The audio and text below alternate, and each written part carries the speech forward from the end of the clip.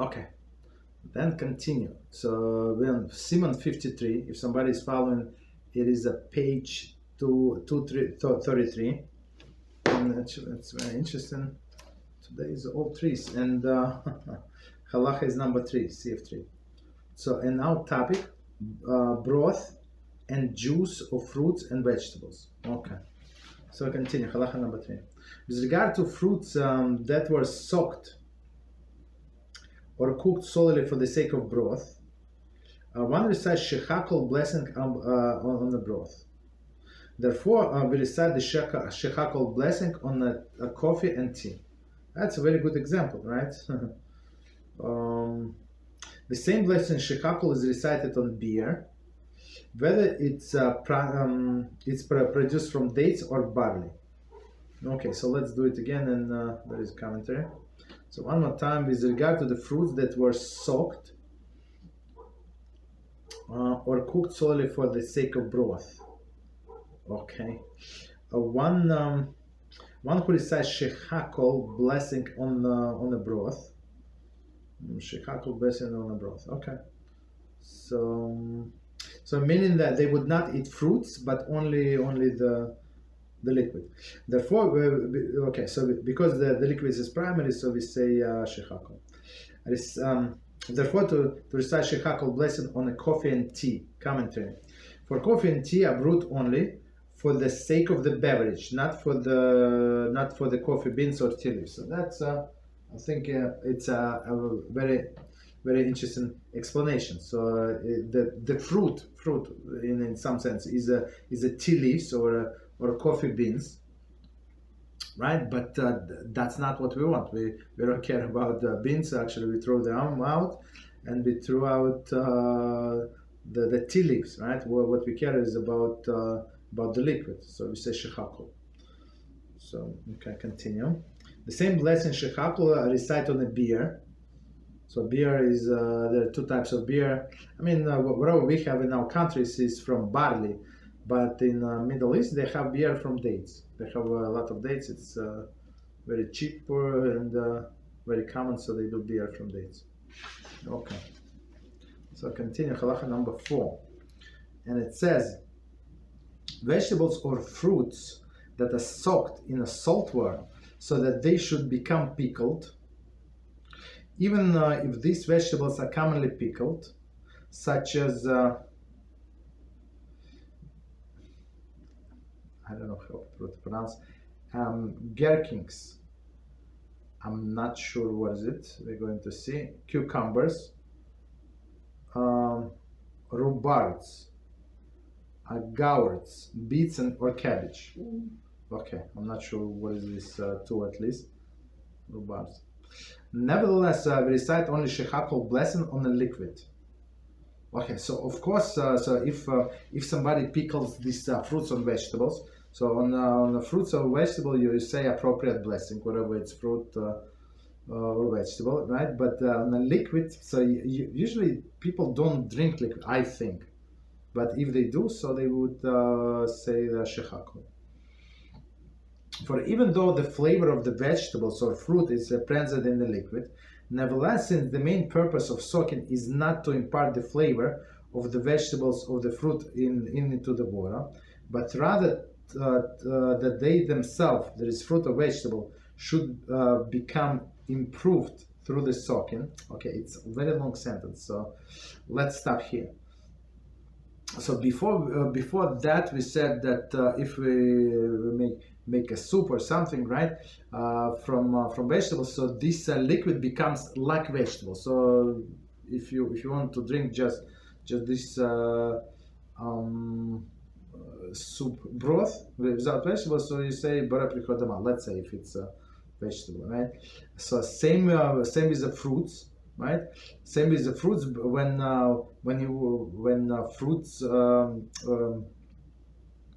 the fruits is the main part and broth is a secondary, right? When you just want the broth, as we said in the previous halacha, you say shechakol because that's the main part. The liquid is the main part. So here case similar to the first one, right? You pickled or cooked. Pickled is actually halachically considered to be cooking as well, in some sense, right? Because it changes the quality of the product, right? So here, since even if you pickle, most people, as I said, would not drink this this liquid, right? But if they want to drink, so they would say shechakol, right? Okay. So one more time, even though the flavor of the vegetables or fruit is present in the liquid, nevertheless, since the main purpose of soaking is not to impart flavor in the vegetables, in the fruit, in the water, but rather that they themselves, that is fruit and vegetables, should become improved through soaking. There is that they should become pickled. Therefore, we recite only shechakol on the liquid. So it's not primary, it's not secondary. Like when you make soup, or you make this fruit soup, right? Whatever they call it, right? So it's still you want liquid and you want fruits, right? But but in this case, when you pickle, your main goal is fruits or vegetables, but not liquid. So if you want to drink liquid, you say shechakol. If you in case of the soup, you say borepri, for example, fruit soup, you say borepri chaetz, and it covers the liquid. Okay. Or you drink liquid, you still borepri chaetz. Continue. However, if one first ate vegetable, and recite borepri chadama blessing on it, and afterwards wishes to drink the liquid as well, there is a halachic doubt as to whether he is required to recite blessing on the liquid. For perhaps he has also exempt his obligation on the liquid with a borepri chadama blessing. Therefore, one should not do this. Okay. So we're going to see the commentary. So meaning,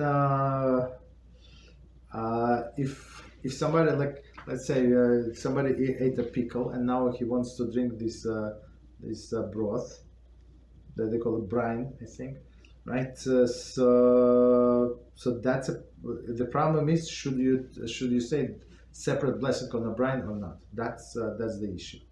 Okay, was it covered when you ate this pickle or not? Okay, so let's see, there are a few commentaries, so let's see. So the first commentary, for perhaps he has also exempt his obligation on a liquid with borepri chadama blessing. So I would say if you want to drink this liquid, so make blessing on something else, same shechakol blessing, right? And keep in mind that it should cover the broth, this brine, right? Or when you make a blessing on this pickle, make sure, like, keep in mind that I also want to drink this liquid. It should also be covered. So, but let's see what he says. 15. All the Kitzur has ruled that one is to recite shechakol on a liquid. This is actually based on halachic doubt. So, meaning if he would drink the liquid alone, right? That's, I mean, I'm just saying. For the proper blessing on the liquid may be chadama. So as we said before, right? So if it's all, let's say just a situation. So what I said before, most people would not say this drink this brine. Okay, they just pour it. That's it. But if person, that's his nature, like that's his character, he always drinks the brine with the pickle, so for him it's like a soup, so he would say borepri chadama for sure. I mean, our borepri chadama for sure would cover the liquid. Okay, but we're talking about like some exceptional situation. Therefore, once one has recited borepri chadama of vegetables, he has no longer recited shechakol on the liquid, since it may have been exempt with a blessing on the vegetables. See, machatzitz hashekel primagadim.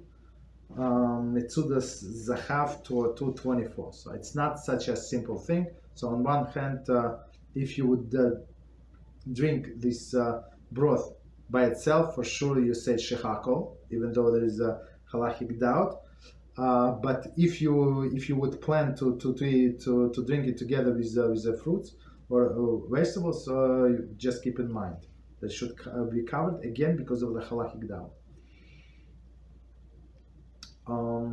So last sentence we said, therefore one should not do this. Okay, so should not do this, meaning not to put yourself in that situation. Or there is always, as we said many times, there are always solutions.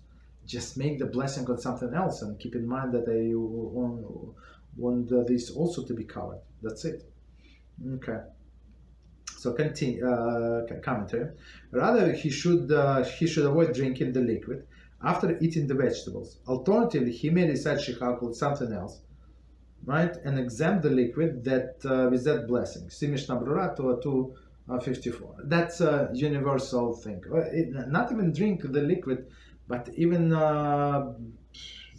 eat a little piece of meat or piece of cheese or something, like something on sugar cube, something like on which you would say shechakol. And keep in mind that I also want to cover this liquid. Except one exception, just to remind us, I know we said many times, but one exception is water. So you cannot resolve the halachic doubts with water.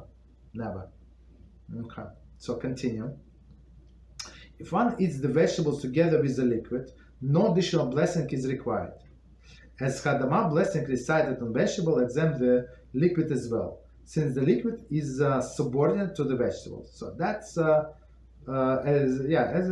as we explained. So I mean that's normal if that's what you normally do, or even today you decided to eat these pickles and drink some of this brine. There is no problem. Always this brine is going to be secondary because it's not. So you did not did these pickles because of the brine. Never. You did these pickles because of the vegetables, not because of the liquid.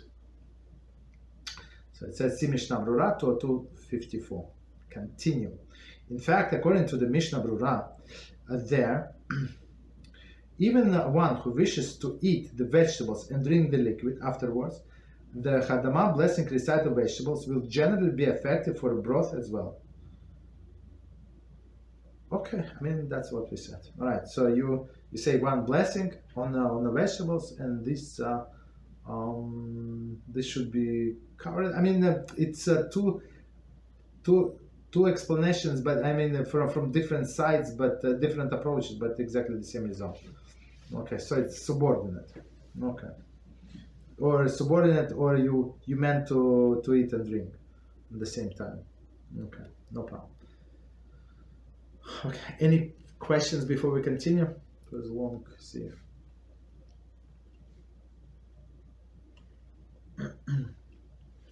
Okay, no problem. So we continue with the next CF number 5.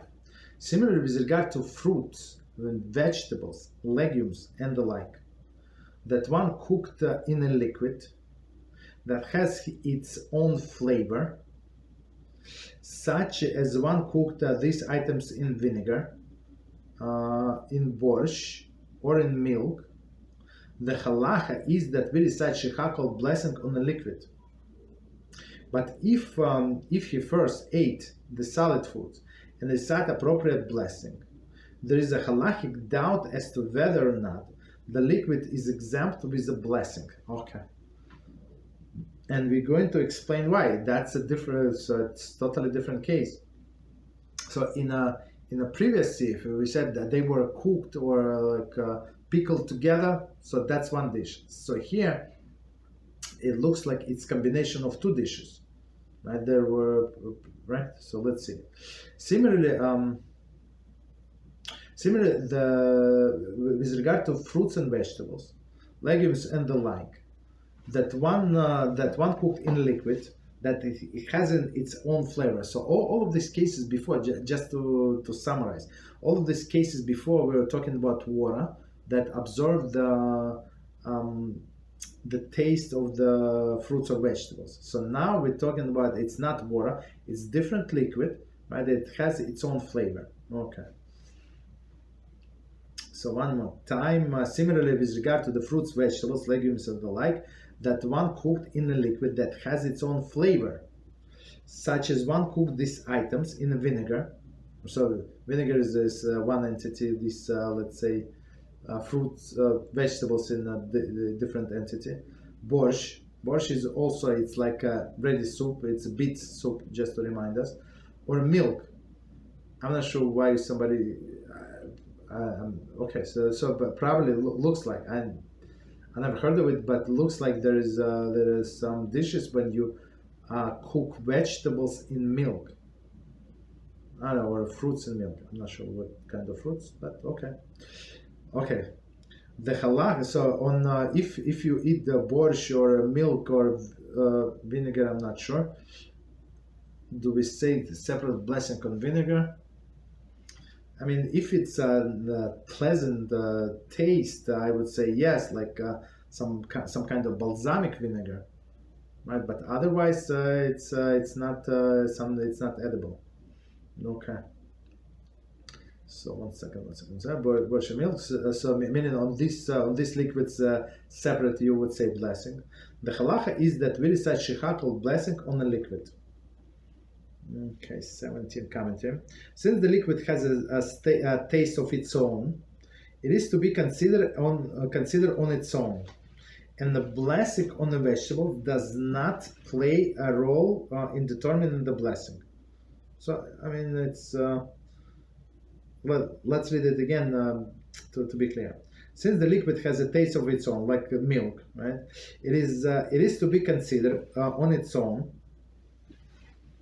And the blessing on the vegetable does not play a role in determining the blessing. Meaning, yes, this milk. Let's say I'm not sure what.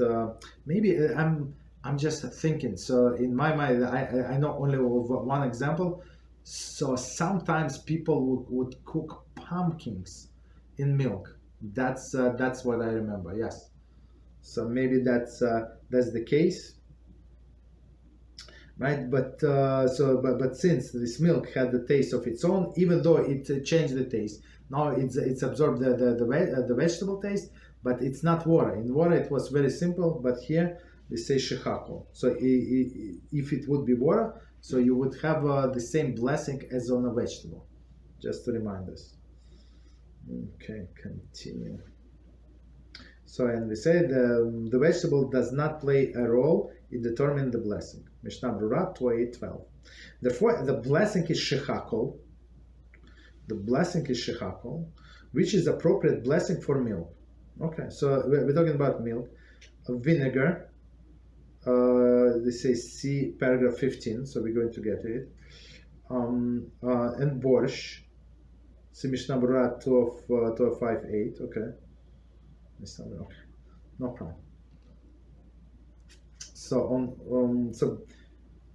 on vinegar, according to this, you say blessing. I mean, I don't think I ever drank like vinegar straight. I don't know, like in a salad, yes, but in like as a drink. So let's see. Continue. But if he first ate solid food and recited the appropriate blessing, so I guess the solid food that was cooked in one of these liquids, let's say, right? There is a halachic doubt as to whether or not the liquid is exempt with a blessing. So let's see commentary. And even though those are separate entities, and we said before that this liquid had the taste before we started cooking this vegetable in this liquid. So that, okay, so what is the doubt? Commentary. Since there are two, there are those who maintain that proper blessing on the liquid hadama, even when it's taste of its own. See chart 2. So I'm not sure what it says there, but logically, just logically, we can assume that even though these liquids had a different taste, but now they absorb the taste of the vegetables, so they are, in some sense, they're secondary. That's my explanation. So that's why some people, not everybody agree, but I mean, I'm trying to explain second opinion. So second opinion, maybe it's become secondary. This milk, let's say, became secondary to the vegetables that they cooked in, and that's why they would have the same blessing, meaning Barepri Hadama, this liquid. So this milk would have blessing Barepri Hadama, according to one opinion. According to the another opinion, so Shechakol. So that's why there is a halachic doubt. Okay, so I mean, Kitzur leave us at that as this without without giving us a solution. But as always, so you can always resolve this this halachic doubt by making blessing on something else, and keep in mind that I want also to cover this liquid. So the issue only with the liquid. With the vegetables there is no problem. Fruits or vegetables, we understand what the blessing is.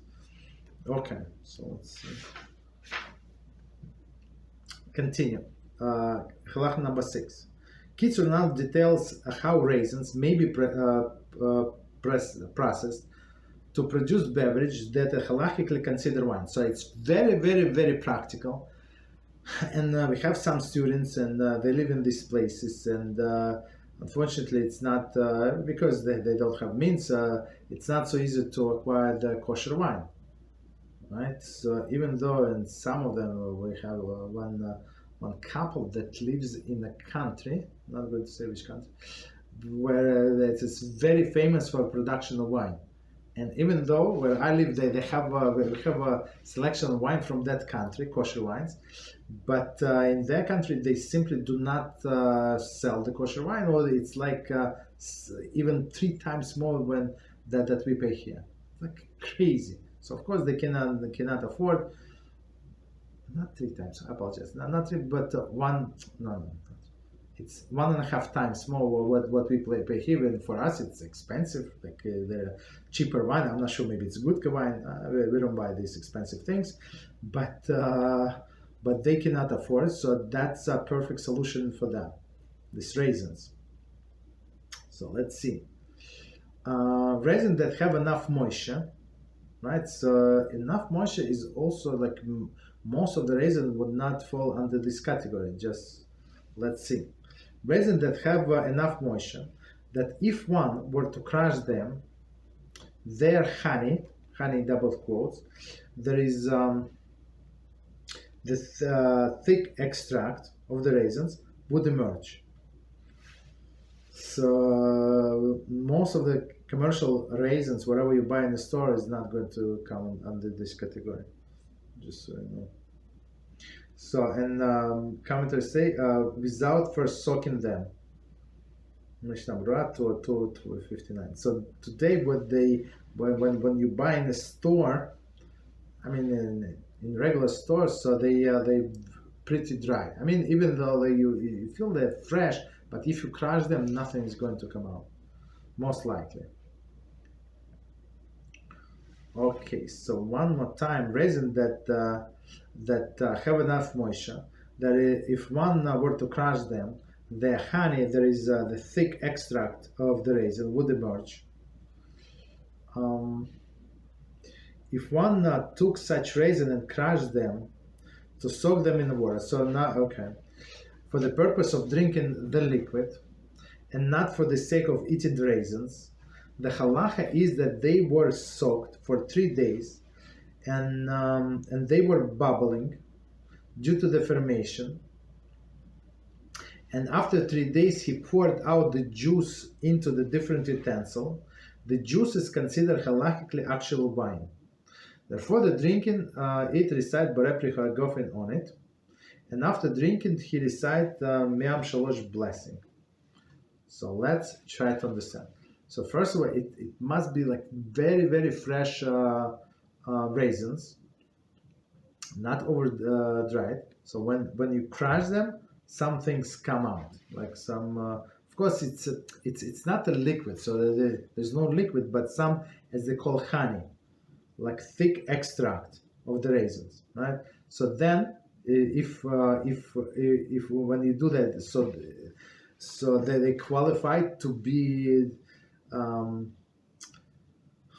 to be subject of wine, meaning what you pour water. I think even in cold water, it does not say here, but I think even if you put in a cold water, Does not say, but I think so. And leave it for 3 days. If they start bubbling, meaning that it's still live, live raisins. So if they over like very dry, they're not going to bubble for sure not.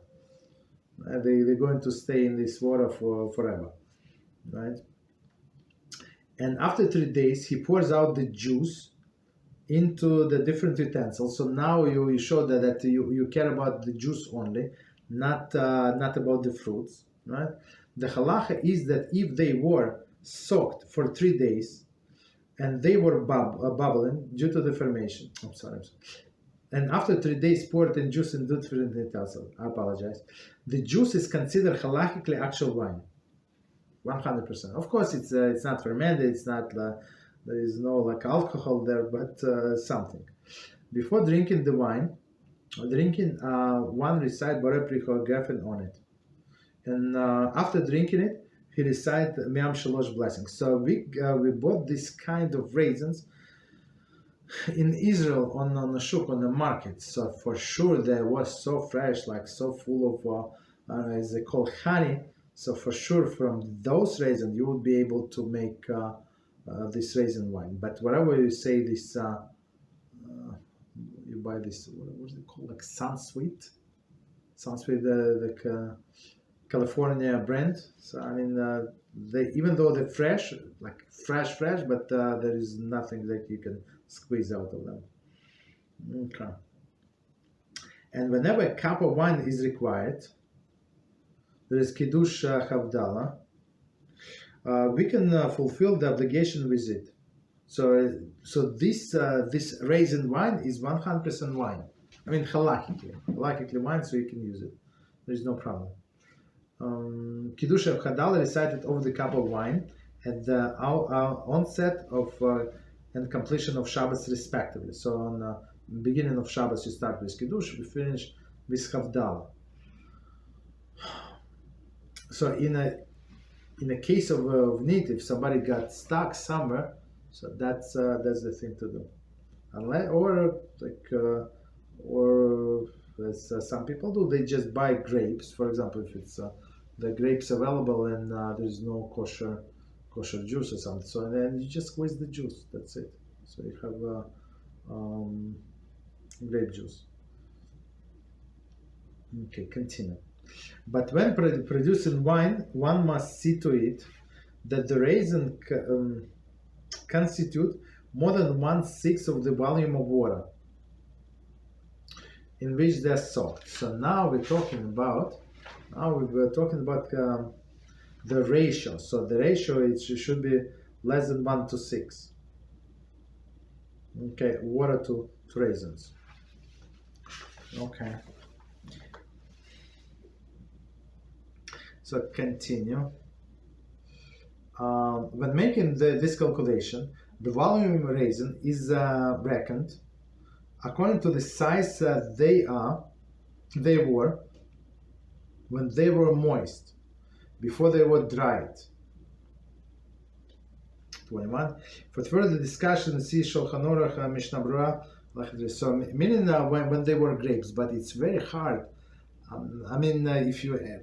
It's very hard to estimate how big these grapes were before they become raisins, because they shrink so much.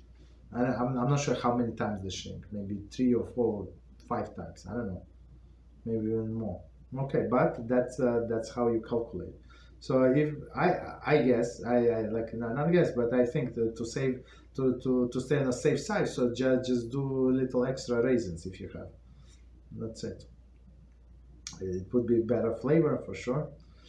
However, it is considered wine only when it was processed by soaking the raisins, as I have written.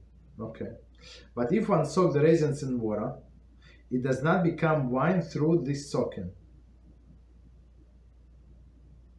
One more time. However, it is considered only when when it was processed by soaking raisins, as I have written. So meaning that you have to crush them, and they have to be, as they say, more moist inside. So it's like honey. So it's like it's not completely right. So there's some liquid is still inside. moist. It's not liquid, but honey. Okay. But if one soak raisins in the water, just took the raisins from the box, threw it in the water, it's not wine. It does not become wine through the soaking. Commentary, unless it has fermented for the 3 days after being soaked. So of course, after you crush them, it's easier for them to start fermenting, right? So, but very interesting. It's from Mishnah Brura. So Mishnah Brura adds, if I'm not sure how, but everything is possible. So if you put this uncrushed raisin in the water and they start fermenting, okay, no problem. So it's also one. It is thus written in the Sefer HaChaim, and halacha is not as written in the Sefer Hayei Adam on Shabbos 6-7. So what does it mean? According to Hayei Adam, so it's a great halachic authority. Hayei Adam. One may cook raisins, strain the wine, and use immediately for kiddush. The view Hayei Adam is primary opinion cited Mishnah Brura, with the stringent view of Sefer HaChaim cited is descending opinion. So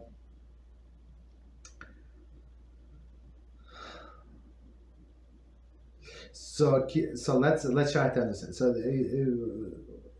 we consider two opinions. One is Sefer HaChaim, and one is Sefer Hayei Adam. So Sefer HaChaim said that that you have to soak them in the water, crush and soak them in the water, or if they start fermenting by themselves, no problem, right? And Sefer Hayei Adam said no, you can cook it. So what is the difference? In the first case, you need 3 days.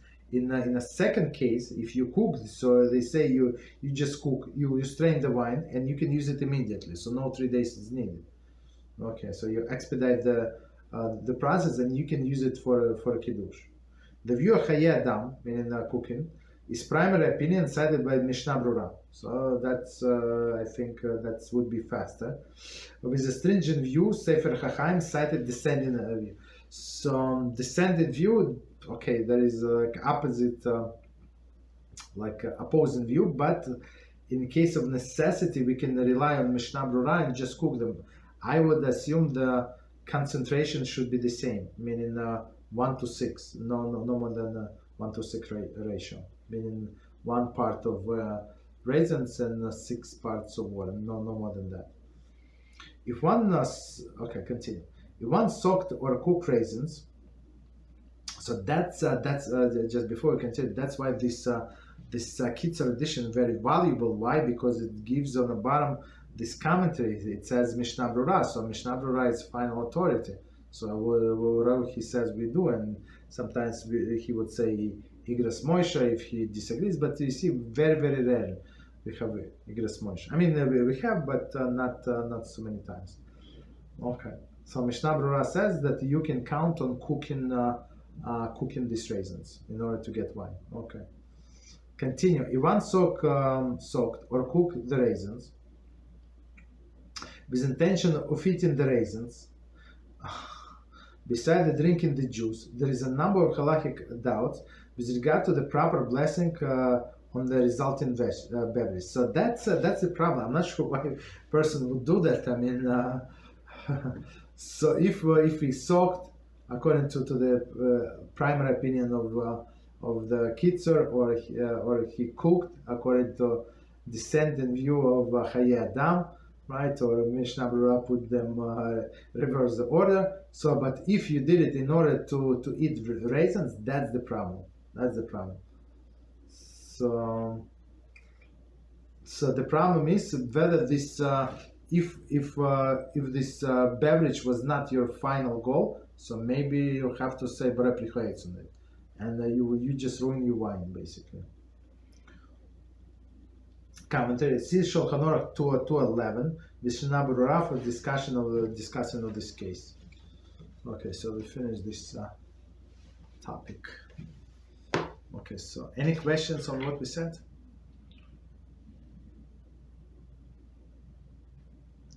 About wine, but Yes, yes. So just was so this is very very practical. This I mean, apologies. All of them are practical, but in the case of necessity or this my students, so I actually told them to cook. Okay, I told them to cook, and that's what they do. I mean, they go and buy these raisins because in the place they live, since there is so much grape, right? So people don't do any preservative. They just like simple people on the market, right? They just dry them on a roof, whatever they drive, as they were doing for hundreds of years, right? And they sell it. So there is no problem. You don't have you don't need a kosher stamp in this case. Okay, go ahead. Yes. Rabbi, so why does the Kitzur delves into the laws regarding extracting juice out of the raisins and making and sort of like making wine out of it, and not regarding regular grapes? Is it because it's mentioned somewhere else in the book? No. We said about just one second. If you can squeeze grapes, there is no problem whatsoever. You don't need to do anything. None of these procedures are necessary. You just squeeze the grapes, you get the grape juice, and you said according to all of the opinions, there is no problem. It's a wine 100%. So here, when we're talking about raisin, there is no there is no liquid in there. That's the thing. And even though they say when you crush it, he said like honey-like. So meaning honey, it's like a thick substance inside. So what I said like today, I mean, where really if you buy in a store, tiny raisins, and even though you feel they're fresh, but is it honey inside? No, it's not. So if you buy like high end, maybe you like bigger ones, like bigger one, that they would have some moisture in there. But whatever we buy do not have any moisture. But wherever this my students buy, yes, there is some moisture, and they cook them, and there is wine. That's how they make wine. Yes. Thank you. Yes. That's a very good question. So squeezing wine is straightforward. Okay. Any other questions before I continue? So just so we understand, so if the problem is, as I said, you go to the market and you buy these raisins. So the problem might be, so if idol worshipper would squeeze these grapes, but usually they don't. They're very careful not to squeeze them, because the more moisture inside, it's like the high quality. So it's not they if non-Jew start doing wine and there is like they squeeze a little and they start the juice start flowing, that's the problem. For us, that's it. That's forbidden. But in case of the raisins, that's a different story. Okay. Any other questions before we continue? We start a new topic. Okay. So we started a new topic. Siman 54, page 237, and the topic is the laws of primary and subordinate foods, contain 9 sefim. Okay. This Siman addresses the halacha with regard to the requirements of the blessing on food that is being eaten in combination of or in conjunction with other foods. Combination or conjunction. Okay, and we're going to see, so something is primary, something is secondary. If one is eating two items of food, or if one is eating food and drinking a beverage, and one of the two foods is primary to him, while the second is subordinate to it, such that the purpose of eating is second food is not for the taste of or nourishment, but only due to the eating of the primary food. And it would not be eating the primary food. He would not eat subordinate food at all.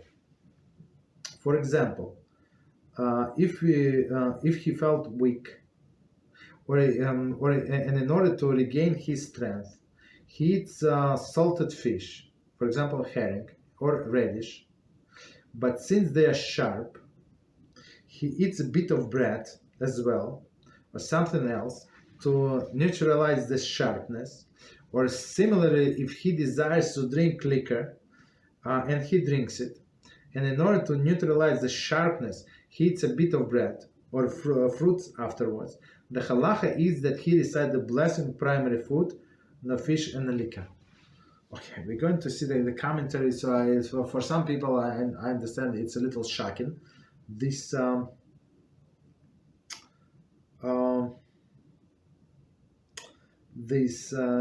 halacha, but let's explain what it says here, and we see the commentary because it's not so simple. So we say there is a primary food and subordinate. What is subordinate food? Maybe I give the different example. So you have somebody wants to eat strawberry with sour cream, or whipped cream, let's say. So the whipped cream or sour cream, it's for sure it's secondary. So nobody would eat it straight. I mean, usually, right? But only because of the strawberry. So the strawberry for sure it's a primary, and this whipped cream is a secondary, right? So that's would be like a more common example. So example that Kitzur gives, it's like, I mean that's the halacha. That's what Shulchan Aruch says. So meaning, I mean, same idea. You would not eat a second, but only because of the first. And the example he says he eats salted fish, right? Salted fish herring. So maybe it's over salted, like very salted, or radish. So it's sharp, and it's like the sharp taste in his mouth, and he takes a bit of bread. So in this case, so you would say, how come without washing the hands? Without washing the hands, because it's not for the nourishment. It's not because of this, not because of that, but it's a secondary to take off the sharp taste from his mouth, to neutralize this sharp taste.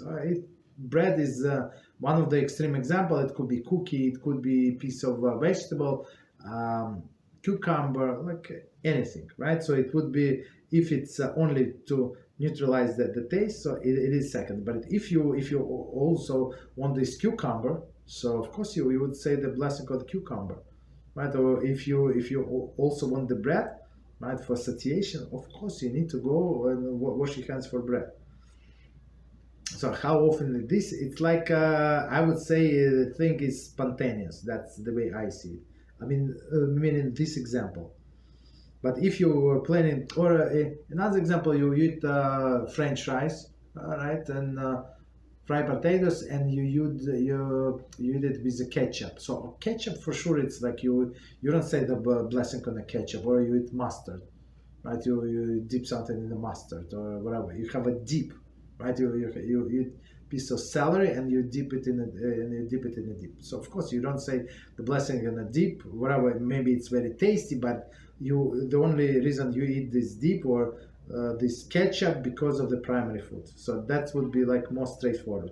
But whatever he said, it's like a little extreme, unplanned, right? So you have sharp taste. It's like a lot of alcohol, let's say some liquor. So you need to eat something.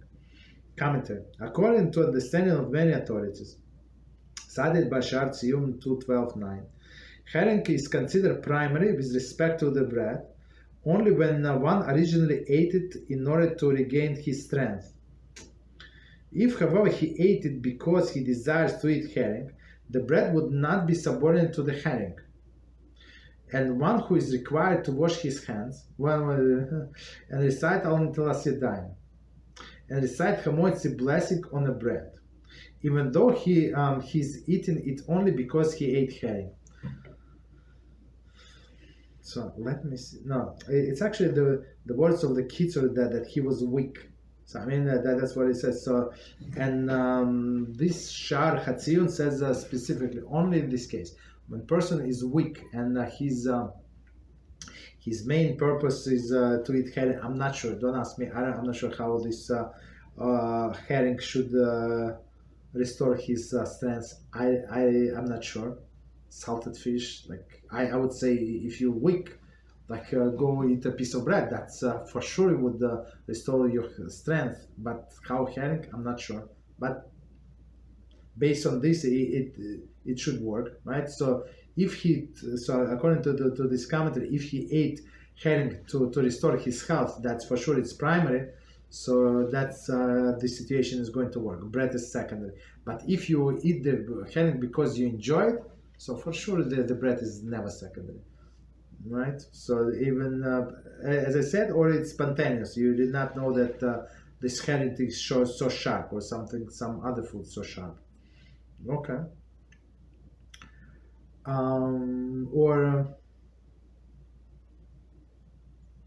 Okay.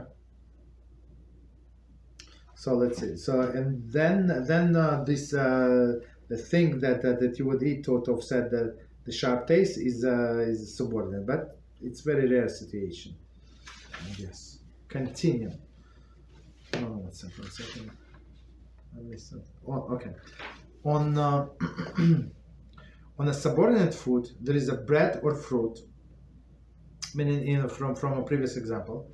However, he need not recite the blessing. There is neither beforehand nor afterwards, because it is exempt from its own blessing with a blessing on a primary food. Okay, so let's see the commentary. If one ate less than kizais of volume, right, 1 ounce, like average 1 ounce, 28 grams of salty food, followed by kizais of bread, to neutralize the sharpness, he recites Barei Nefashos blessing afterwards. Igras my share. Okay, here we go. Chaim 4, paragraph 42. Barei Nefashos normally recited after eating kizais of fish. Okay, so in this case, a person ate kizais of this salty fish and kizais of bread. So usually like he gives like a very specific example, right? So if a person eats usually kizais of bread, so you would need to say birchas hamazon, right? Usually, but in this case, since the bread was secondary, subordinate, right? So you would not say any this blessing over this piece fish is going to cover blessing over the bread. Okay, continue. Nor he is required to wash nitalas yadayim in this case. There is subordinate food for bread. Okay. So I mean, if you don't say the blessing, of course you don't say nitalas yadayim. But again, I'm not sure how is it practical today. First of all, this herring, whatever we have, it's not so sharp. I mean, maybe there is a sharp, but I don't know. Maybe it's somebody made it in like homemade. I don't know. But usually it's not sharp. So commentary. According to Mishnah Berurah 158.10, one who will be eating minimum of kizais of bread should wash his hands to fulfill the obligation al nitalas yadayim. However, he does not recite al nitalas yadayim blessing, even if he will eat as much as the egg volume of bread, which is larger than kizais, it's double kizais. The laws of nitalas yadayim, washing of the hands, are set for Siman 40. Okay. Normally, one who will be eating bread must first wash his hands, and if he will be eating egg or volume of the bread, must also recite the blessing al nitalas yadayim.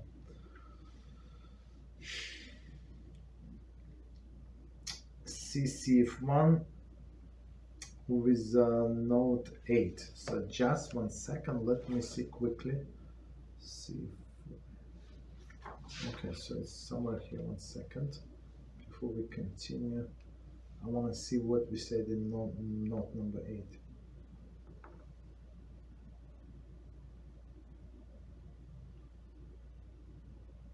So let me quickly read the note number 8. So what commentaries there said, just so we understand.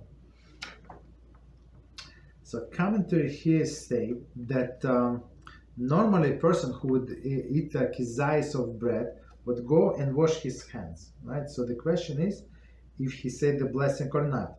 So he said only if he would eat egg volume, so it's double kizais, he would say the blessing. Okay, so meaning for less than double kizai, so it's kibeitza, right? He would not say the blessing. But let's read this note number 8. So and we're going to explain. Food smaller than size of an egg is not susceptible by tuma by rabbinical law, biblical law.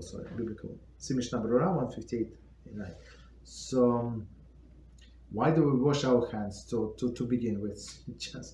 just right. So we wash our hands because we want to kohanim. Remember, when they would eat truma, it must be eaten in a state of spiritual purity, right? Spiritual purity, meaning that he has to wash his right. So meaning he has to wash his hands. So in order not to pass the spiritual impurity to the food itself. Okay. So and they said biblically, only size of a kibeitza of an egg, right, can accept that spiritual impurity. Okay. Mishnah Berurah writes that with regard to the halacha, the volume of egg is measured without its shell. Okay, so it's much smaller. According to the measurement of Chazon Ish, one should not recite the blessing unless one is eating bread in a volume of 90 cc, right? So which is approximately 3 fluid ounces. According to Rabbi Moshe Feinstein, although it is better to eat piece of bread the size of an egg in order to avoid halakhic doubt as to whether one is required to recite blessing or not. Nevertheless, if one wants to eat only kizais of bread, according to Moshe Feinstein, it's 1 fluid ounces, 29.6 cc, is still required to recite the blessing al nitilas yadayim. Initially, one should wash nitilas yadayim, even if he will be eating less than kizayas. In that case, all agree that no blessing is recited. See Mishnah Berurah, etc., etc. Okay, so in order not to confuse us, okay, so we're going to follow the procedure that we always followed until today, right? That we always say. So if you're going to eat kizayis of bread, you should wash your hands and you should say blessing al nitilas yadayim. If you're going to eat less than kizayis, right? So you wash your hands and you do not say the blessing.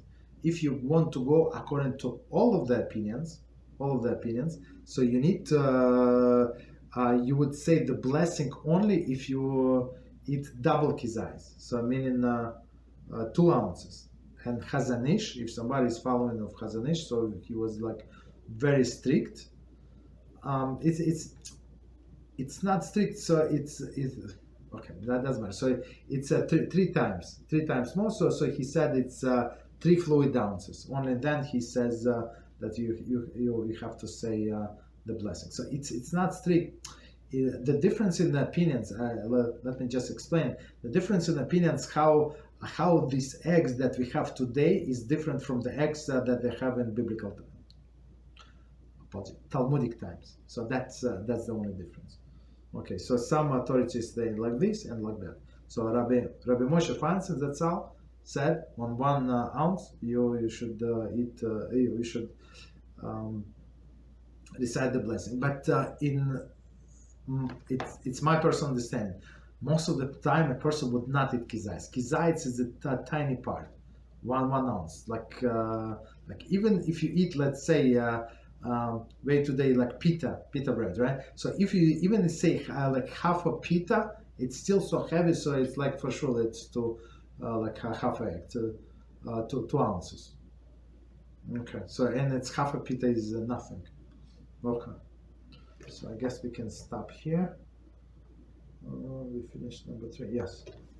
So I hope I did not confuse you, but I explained you all of the opinions. So if somebody says no, you if you eat only kizayis, you should not say the blessing. Yeah, there is such opinion, but there is another opinion like more lenient, and we follow that opinion as well. So if you want to eat only a smaller piece of bread, so you can say the blessing on the washing of the hands. So after on Birchas Hamazon, again clarifying.